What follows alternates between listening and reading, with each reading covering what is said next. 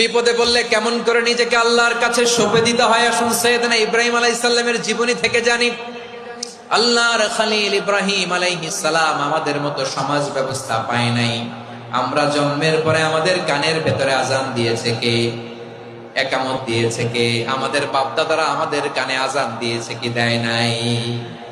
আমাদের জন্মের পরেই তো আজান, একামত, বাড়ির পাশে মসজিদ, প্রতিদিন আজান, জুমার খুতবা, প্রতি মাসে মাসে তাফসিরুল কোরআন মাহফিল, মসজিদ, মিনারা, অভাব নাই। ঠিক কিনা বলেন? আপনি যেই সুন্দর ইসলামিক এনভায়রনমেন্ট পেয়েছেন, আমাদের ইব্রাহিম খলিল উনিও কি এরকম পেয়েছিলেন? হ্যাঁ, উনি জন্মের পর পরে ওনার কানে আজান দিছে কেউ? আমার প্রিয় ভাইরা, আগা গোড়া একটা শিরকি পরিবেশ উনি জন্মগ্রহণ করেছেন। উনি ছাড়া ওই তল্লাটে একজনও আল্লাহর উপর বিশ্বাসী নাই। কল্পনা করতে পারেন? গোটা তল্লাটে, গোটা দেশে বিশ্বাসী মুমিন, আল্লাহর উপর বিশ্বাস স্থাপনকারী কয়জন? সবাই বলেন কয়জন? বাকি সব মুশরিক। বাকি সব মুশরিক নিজের সাথে নিজে শক্ত বোঝাপড়া করে, অ্যানালজি করে, সেলফ কনভারসেশন করে উনি মহা সত্যের সন্ধান পেয়েছে। উনি আকাশের তারা দেখে ভাবে মনে হয় এটাই আমার খোদা, পরে দেখে তারা নাই, মনে মনে বলে না তাইলে এটা না। আবার চাঁদ দেখে বলে চাঁদটা বড় মায়া লাগে, মনে হয় এটাই আমার রব, পরে দেখে চাঁদও নাই, কয় না এটা না। এরপরে দ্বীপ প্রহরের জলজলে সূর্যটা খা খা করে গোটা পৃথিবীটারে রৌদ্র দিয়ে তাতিয়ে রাখে। তিনি ভাবলেন মনে হয় এটাই আমার রব, কারণ এটাই তো সবচেয়ে বড়। কিন্তু বিকেল বেলা ওই সূর্যটাও যখন চলে যায়, সাইয়েদনা ইব্রাহিম বলে না এটাও তো নাই, আমার খোদা যদি আমারে ছেড়ে চলে যায়, বিপদে পড়লে আমারে উদ্ধার করবে কে? এভাবে নিজের সাথে অ্যানালজি, সেলফ কনভারসেশন করতে করতে করতে তিনি মহা সত্যের সন্ধান পেয়েছেন। সুবহানাল্লাহ পড়েন। সব শেষে তিনি ডিসিশন নিয়ে ঘোষণা দিলেন, ইন্নী ওয়াজ্জাহতু ওয়াজহিয়া লিল্লাযী ফাতারাস সামাওয়াতি ওয়াল আরদা হানিফান ওয়া মা আনা মিনাল মুশরিকিন। নিশ্চয় আমি এমন সত্তার দিকে মনোনিবেশ করলাম, মুখাপেক্ষী হলাম, যিনি আকাশ বানিয়েছেন, জমিন বানিয়েছেন, আমি মুশরিক নই। সুবহানাল্লাহ। পারতেন? আপনি পারতেন? কেউ নাই, লক্ষ লক্ষ মুশরিক, আপনি একা। ওনার মতো এরকম বিচক্ষণতা দিয়ে আল্লাহরে খুঁজে পাইতে পারতেন আপনি? কি নবী ছিল, আল্লাহকে খুঁজে পেয়েছে। যখন আল্লাহর ইবাদত শুরু করলো, এই কথা ছড়ায় পড়লো চারদিকে। নমরুদ সাইয়েদনা ইব্রাহিমকে ডেকে পাঠালেন। নমরুদ বলে, ইব্রাহিম তুমি নাকি মূর্তির পূজা না করে কোন নতুন রবের ইবাদত করো, কে তোমার রব? সাইয়েদনা ইব্রাহিম বললেন, রব্বি আল্লাযী ইউহয়ী ওয়া ইউমীত, আমি এমন রবের ইবাদত করি যিনি জীবন দেন, যিনি মৃত্যু দেন। নমরুদ বলে, তাই নাকি? তোমার রব জীবন দেয়, মৃত্যু দেয়, আর এটা তো আমি দেই। আমিও তো জীবন দেই, আমিও তো মৃত্যু দেই। সাইয়েদনা ইব্রাহিম বললেন, কেমন করে তুমি জীবন দাও, মৃত্যু দাও, একটু দেখাও তো।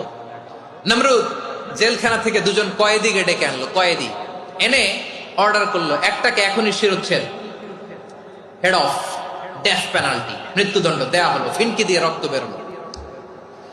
নমরুদ বলে, দেখো দুজনকে ধরে আনলাম, একজন কয়েদিকে দিলাম ডেথ পেনাল্টি, মৃত্যুদণ্ড, ওরে মৃত্যু দিলাম। আরেকজন যে দাঁড়িয়ে আছে, চাইলে ওরেও আমি মৃত্যুদণ্ড দিতে পারি, কিন্তু না, ওরে আমি দিব না, ওরে আমি বাঁচাইয়া দিলাম, ছেড়ে দিলাম, মানে জীবন দিলাম।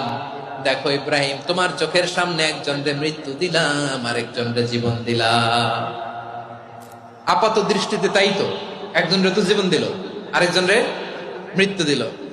সাইয়েদনা ইব্রাহিম এবার বিপাকে পড়ে গেলেন। কিন্তু এক একজন নবীকে আল্লাহ এমন উইজডম, বিচক্ষণতা দিয়ে এই জমিনে পাঠিয়েছেন। মুহূর্তের মধ্যে আল্লাহর খলিল ইব্রাহিম বললেন, ফাইন্নাল্লাহা ইয়াতি বিশ-শামসি মিনাল মাশরিকি ফাতি বিহা মিনাল মাগরিব ফাবুহিতাল্লাযী কাফার। আল্লাহর খলিল ইব্রাহিম বললেন, নমরুদ বুঝলাম তুমি জীবন দাও, মৃত্যু দাও, দেখলাম, কিন্তু আমার রব, আমার আল্লাহ প্রতিদিন সকালবেলা উষা লগ্নে ওই পূর্ব দিগন্ত থেকে সূর্যটাকে উদিত করেন, সাঁঝের বেলা, বিকেল বেলা, কুথুরি লগ্নে, সন্ধ্যা বেলা ওই দ্বিপ্রহরের জল জলে সূর্যটাকে পশ্চিম দিগন্তে ডুবিয়ে দেন। মানে সকালবেলা পূর্ব দিক থেকে উদিত করা সূর্যটাকে পশ্চিম দিকে বিকেলে তিনি ডুবিয়ে দেন। তুমি যদি পারো ওই সূর্যটাকে পশ্চিম দিক থেকে উদিত করে পূর্ব দিকে ডুবিয়ে দাও।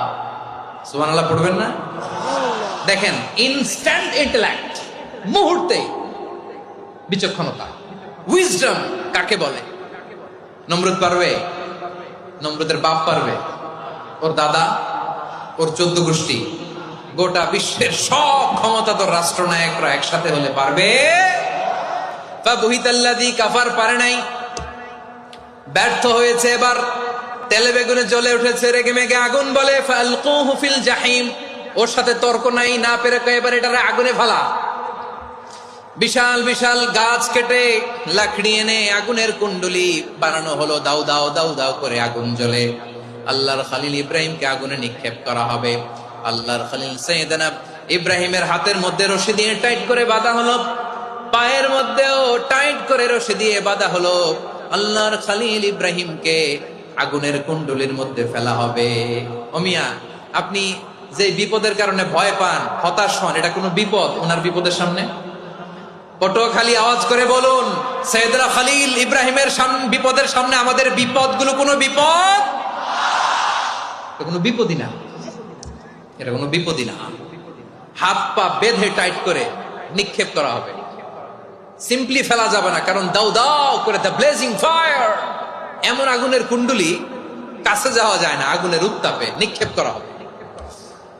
হাতে রশি বেঁধে, পায়ে রশি বেঁধে আল্লাহর খলিল ইব্রাহিম আলাইহিস সালামকে আগুনের মধ্যে নিক্ষেপ করা হবে। আহা, এটার বলে অগ্নি পরীক্ষা। উনি অগ্নি পরীক্ষার সম্মুখীন হয়েছিলেন। এজন্য কঠিন পরীক্ষাকে আমরা অগ্নি পরীক্ষার সাথে তুলনা করি, ঠিক কিনা? সাইয়েদনা জিবরাইল এসে বললেন, ও আল্লাহর খলিল, ওরা তো আপনার হাতও বেঁধে ফেললো, পাও বেঁধে ফেললো, নড়াচড়ার সুযোগ নাই, বলেন আমি জিবরিল ফেরেশতা আপনার জন্য কি করতে পারি? আল্লাহর খলিল ইব্রাহিম বলেন, ও জিবরাইল, তোমার কাছে আমার কোনো চাওয়া পাওয়া নাই। সুবহানাল্লাহ বলেন। তোমার কাছে বলার কিছু নাই, তোমার সাহায্যের আমার দরকার নাই। সাইয়েদনা ইব্রাহিম আলাইহিস সালামকে হাতে পায়ে রশি বেঁধে, হাত পা বাঁধা অবস্থায় জ্বলন্ত অগ্নিকুণ্ডে যখন নমরুদের দলবল নিক্ষেপ করবে, আল্লাহর খলিল কিভাবে নিজেকে আল্লাহর কাছে সঁপে দিয়েছেন, পটুয়াখালীর ভাইরা খেয়াল করে শুনুন। হাত পা বেঁধে আল্লাহর খলিলকে যখন নিক্ষেপ করা হবে, তিনি মুখ ফুটে বলে ফেললেন, হাসবুনাল্লাহু ওয়া নি'মাল ওয়াকিল। হাসবুনাল্লাহু ওয়া নি'মাল ওয়াকিল, আমার জন্য আল্লাহই যথেষ্ট, আমার জন্য আল্লাহই যথেষ্ট। তিনি আমার সবচেয়ে বড় গার্ডিয়ান, তিনি আমার সবচেয়ে বড় অভিভাবক। জিব্রাইলের সাহায্যে রফারকে ফিরিয়ে দিলেন, দুনিয়ার বুকে কারো কাছে কিছু বলেন নাই, মুখ ফুটে বলেছেন হাসবুনাল্লাহ। ও আমার পটুয়াখালীর প্রাণের ভাইয়েরা, খেয়াল রাখবেন, কোন বান্দা তার হাতে থাকা সব চেষ্টাটুকুন করার পরে মুখ ফসকে মুখ দিয়ে যখন বলে ফেলে হাসবুনাল্লাহ, বান্দা যখন হাসবুনাল্লাহ বলে ফেলে, ওই ব্যাপারটা ডিল করার দায়িত্ব স্বয়ং আল্লাহ আরশের উপর থেকে নিয়ে নেয়।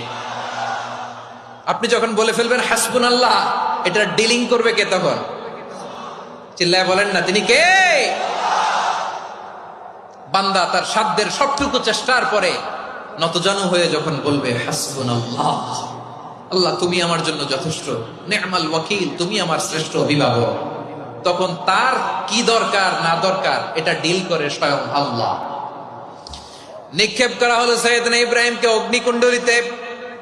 হাজার হাজার মানুষের দৃশ্য দেখার জন্য জড়ো হয়েছে এরকম বিশাল ময়দানে।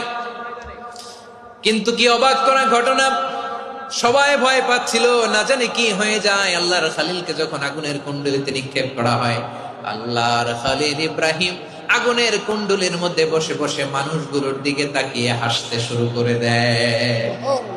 কারণ আকাশ থেকে রব্বুল আলামিন স্পেশাল ভার্ডিক্ট নাজিল করেছেন, স্পেশাল হুকুম জারি করেছেন, কুল্লা ইয়া নারু কুনি বারদান ওয়া সালামান আলা ইব্রাহিম।